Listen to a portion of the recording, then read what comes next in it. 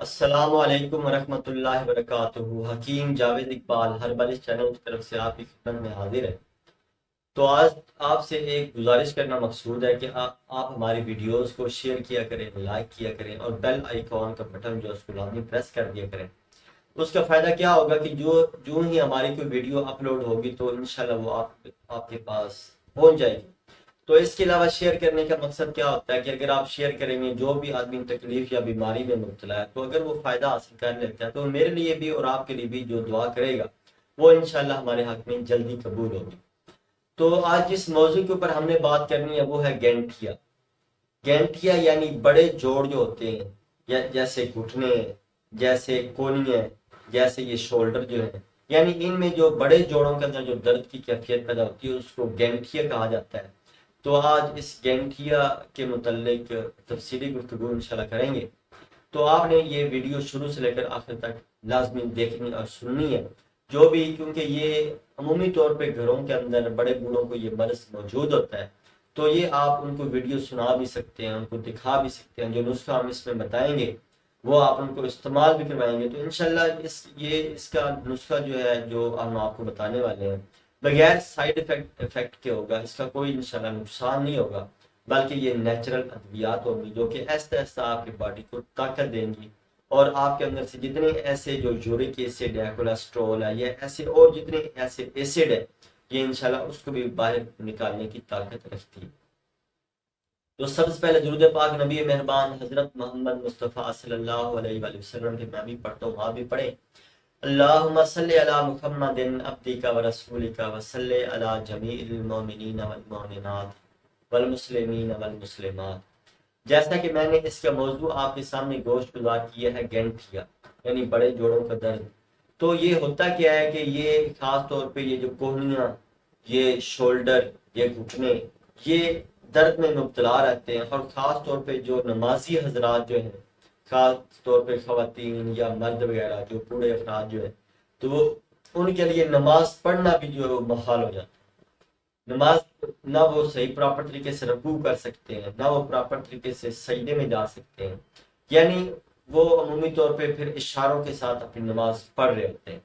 تو یہ اگر آپ ان کو یہ نسخہ جو ہم بتانے والے ہیں، اگر آپ اس کو ریگولر آپ اس کا استعمال کرواتے ہیں تو انشاءاللہ اس سے ان کو یقینی فائدہ ہوگا۔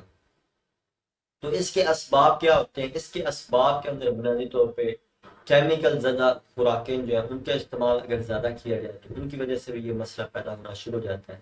یا بعض دفعہ جسم کے اندر یورک ایسڈ جو ہے وہ بڑھنا شروع ہو جاتا ہے،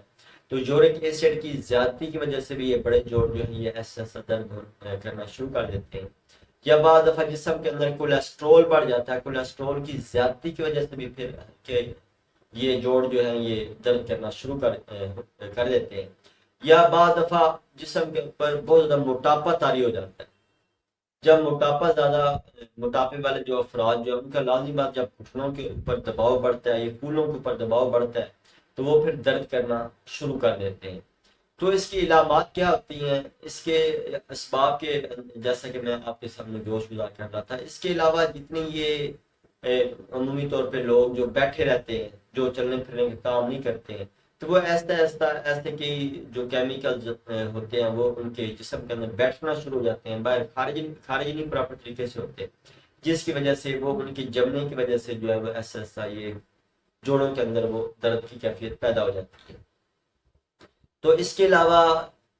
خاص طور پہ جو لوگ چاولوں کا استعمال زیادہ کرتے ہیں، چاولوں کی زیادتی کی وجہ سے بھی یہ مسئلہ عمومی طور پر پیش آ جاتا ہے۔ تو علامات میں کیا ہوتا ہے کہ علامات جیسا کہ میں نے بتایا ہے کہ نماز پڑھنا ایسے آدمی کے لیے محال ہو جاتا ہے، یا چلنا پھرنا ایسے آدمی کے لیے محال ہو جاتا ہے، حالانکہ حتیٰ کہ یہ ٹوائلٹ میں وہ آدمی بیٹھ کے اپنا حاجت جو ہے اس سے بھی صحیح طریقے سے نہیں کر سکتا وہ، کیونکہ اس کے لیے بیٹھنا مشکل ہو جاتا ہے۔ تو ایسے افراد کی خاص طور پہ علامتوں میں سے قبض کا عمومی طور پہ رہتی ہے، جوڑ درد کرتے ہیں، بعض دفعہ جوڑوں کے اندر سے کڑ کڑ کی آوازیں آتی ہیں، یعنی اس طرح کی اور کئی علامات اس کے اندر موجود ہوتے ہیں۔ اور خاص طور پہ ایسے فرد کی گردے جو ہیں وہ کمزور ہو جاتے ہیں،